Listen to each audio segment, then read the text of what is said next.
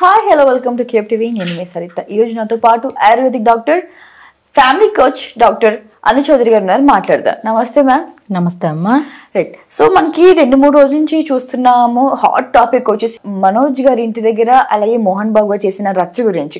అయితే అందులో కొంతమంది ఏమంటారంటే అది ఆస్తు గొడవలని, కొంతమంది లేదు భూమ మౌనికని ఇంట్లోకి రానివ్వట్లేదు, వీళ్ళ మధ్య ఏదో ఇష్యూ జరిగిందని కొంతమంది. అయితే ఎక్కడ ఏ సమస్య జరిగినా ఏ వివాదం జరిగినా మన మీడియా వాళ్ళు వెళ్ళడం అనేది సర్వసాధారణం.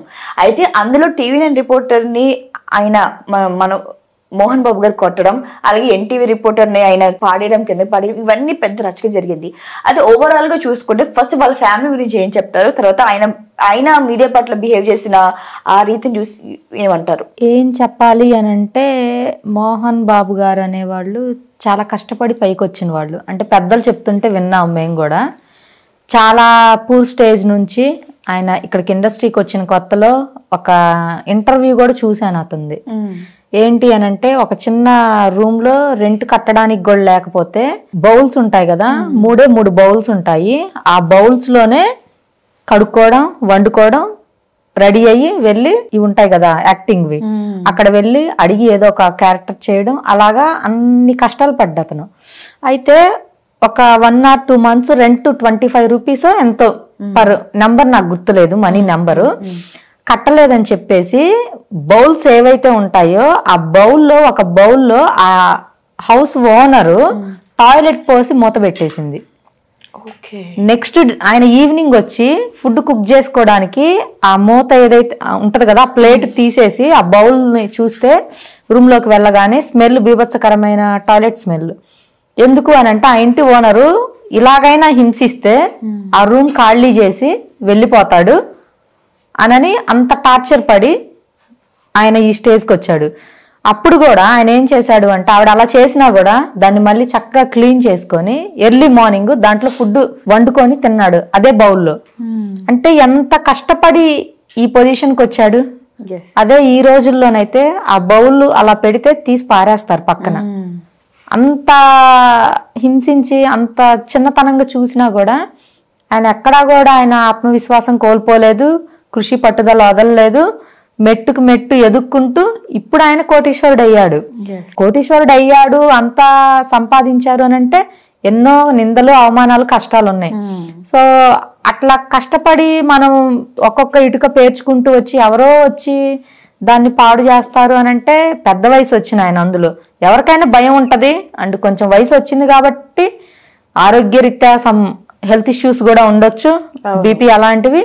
సో వాళ్ళకి తగ్గట్టు మనం మింగిల్ అయితేనే సో వాళ్ళకి భయం లేకుండా ఉంటారు. సో మెయిన్ రీజన్ అయితే ఇది. ఇంకా రిపోర్టర్స్ని కొట్టారు అంటే ఆయన ఇంటికి వెళ్ళారు కదా వీళ్ళు. సో ఆయన వెళ్ళండి అని చెప్పినప్పుడు పక్కకు రావడం మంచిది. అలా కాకుండా ఆయన మీదకు వెళ్తుంటే సో ఆ టైంలో ఆయనకి కొంచెం బీపీ పెరిగి ఉండొచ్చు. సో అది ఒక దెబ్బ 10 దెబ్బలుగా అయిపోయి ఉండొచ్చు. కావాలని అయితే కొట్టరు ఎవరు. సో ఏదో గాయాలు కూడా తగిలాయని చెప్పి చూసాము న్యూస్ లో. ఫస్ట్ తప్పు ఆయన మన దగ్గరికి రాలేదు, మీడియా దగ్గరికి, మనం వాళ్ళ దగ్గరికి వెళ్ళాము. సో ఇప్పుడు ఏం లేదన్నప్పుడు మీడియా సైలెంట్ పక్కకు వస్తే బాగుండేదేమో.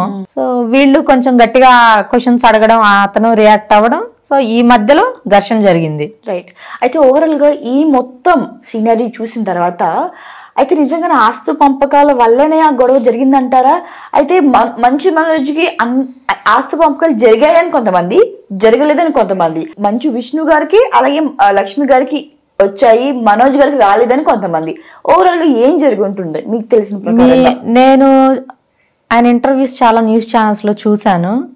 ఆయన ప్రతి ఇంటర్వ్యూలో కూడా నాకు 3 బిడ్డలు సమానమే, లక్ష్మీ ప్రసన్న సమానమే, మనోజు సమానమే, విష్ణు సమానమే అని చెప్పాడు. ఎక్కడా కూడా ఒకళ్ళు ఎక్కువ ఒకళ్ళు తక్కువ అని చెప్పలేదు. ఆయనకి ఆడబిడ్డలంటే ఇంకా ప్రేమ ఎక్కువ.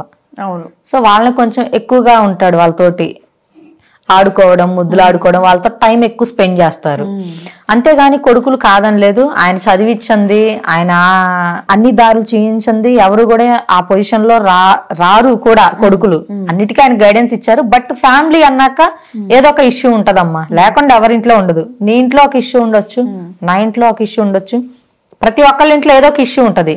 కాకపోతే కొంతమంది కొన్ని ఫ్యామిలీస్ లోకి మీడియా వాళ్ళు కానీ కొంతమంది మనుషులు కానీ ఓవర్ గా ఇన్వాల్వ్ అవుతూ ఉంటారు. సో ఈ ఓవర్ ఇన్వాల్వ్మెంట్ అనేది ఇంత హెవీ న్యూస్ స్ప్రెడ్ చేస్తున్నారు. అంతేగాని గొడవ అనేది కామన్ ఎక్కడైనా కూడా. సో తండ్రి కొడుకులు ఈరోజు తన్నుకున్నారు, రేపు బాగుంటారు. సో తండ్రి కొడుకులకి కూతుర్లకు కాకుండా ఎవరికి పెట్టరు కదా ఆస్తులు. సో వయసు రీత్యా ఆయన కొంచెం పెద్ద వయసు వచ్చేసింది. సో కొంచెం ఆయన ఏదన్నా స్ట్రిక్ట్ రూల్స్ పెట్టుండొచ్చు, అవి వీళ్ళకి నచ్చకపోయి ఉండొచ్చు. సో అప్పుడు ఏదో చిన్న చిన్న గొడవలు అవుతూ ఉంటాయి. అంతేగాని పొయ్యి లేని ఇల్లు లేదు, గొడవ లేని ఇల్లు లేదని మనకి సామెత ఒకటి ఉంది. సో అలాంటిదే ఇది కూడా. దీన్ని ఏంటంటే కొంచెం ఓవర్గా చెప్పుకోవడం, దీని గురించి నెగిటివ్ గా మాట్లాడడం అలా ఉంది. So Mohan Babu family and Mohan Babu అనేవాళ్ళు చాలా మంచి ఫ్యామిలీ. ఓవరాల్ గా చివరిగా మీడియా పట్ల అలా బిహేవ్ చేయడం గురించి మీరు ఏమంటారు? మీడియా పట్ల బిహేవ్ చేయడం అని అంటే నేను ఇందాక కూడా మీకు ఇదే మాట చెప్పాను. సో ఆయన ఇంటికి వెళ్ళారు, ఏం లేదు వెళ్ళండి అని చెప్పి అక్కడ ఉండే సెక్యూరిటీ వీళ్ళందరినీ పంపిస్తున్నారు. సో పంపించినప్పుడు పక్కకు రావాలి, లేదంటే వెళ్ళారు కదా అక్కడికి. వీళ్ళకి ఇన్ఫర్మేషన్ రాలేదు. అక్కడ మనోజ్ గారు నాకు సహాయం కావాలి ఇలా మా అందరూ మనోజ్ గారితో ఇంటర్వ్యూ చేసుకోండి. ఇప్పుడు ఆయన మోహన్ బాబు గారు ఏం లేదు అని పక్క వెళ్ళిపోతున్నప్పుడు ఆయన మీదకి వెళ్ళి మీద పడ్డం తప్పు కదా. ఒక పాయింట్ నోట్అవుట్ చేసుకోండి మీరు. అదే మోహన్ బాబు గారికి ఏజ్ ఎక్కువ ఉంది, మీడియా వాళ్ళందరూ వెళ్ళి ముందుకెళ్ళి ఆయన మీద పడిపోతే, సో ఆయనకి ఏదన్నా హార్ట్ కి ఏదన్నా ప్రాబ్లం అయ్యి ఎఫెక్ట్ అయ్యి ఆయన పడిపోతే అప్పుడు అది ఎంత పెద్ద ఇష్యూ అవుతుంది. సో వీళ్ళు ఏంటంటే చుట్టూ గూమి కూడుతున్నారు. సో ఆ కోపంలో ఆయన ఒక దెబ్బ తన్నారే గాని కావాలని అయితే చెయ్యరు నాకు తెలిసి. ఎందుకంటే అతను కూడా ఈ మీడియా ఫీల్డ్ లో నుంచి వచ్చిన అతనే కదా.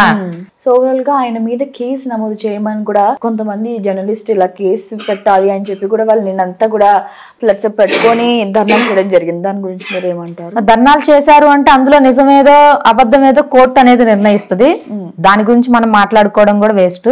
కోర్టు ఏది నిజమో ఏది అబద్ధమో, ఎవరు అక్కడికి ఎందుకు వెళ్ళారో, ఎవరిని ఏం క్వశ్చన్స్ అడిగారో, అలా ఎందుకు రియాక్ట్ అవ్వాల్సి వచ్చిందో, సో అన్నోన్ పర్సన్స్ కి అక్కడ ఏం పని, అవన్నీ పాయింట్స్ అనేవి కోర్టు లీగల్ గా అన్ని లాగేసి సో అప్పుడు జడ్జిమెంట్ అనేది ఇస్తుంది. ఏ కేసు పెట్టినా కూడా కేసు పెట్టారనే వెంటనే జడ్జిమెంట్ రాదు, వెంటనే జైలు శిక్షలు ఎవరికి పడవు. సో దానికి సమ్ ప్రాసెస్ అనేది ఉంటది. సో దాని ప్రకారం ఇది అనేది జరగచ్చు. కాకపోతే దెబ్బలు తగిలిన అతనికి మాత్రం కొంచెం సఫర్ అవుతాడు పాపం. Thank you madam, thank you so much.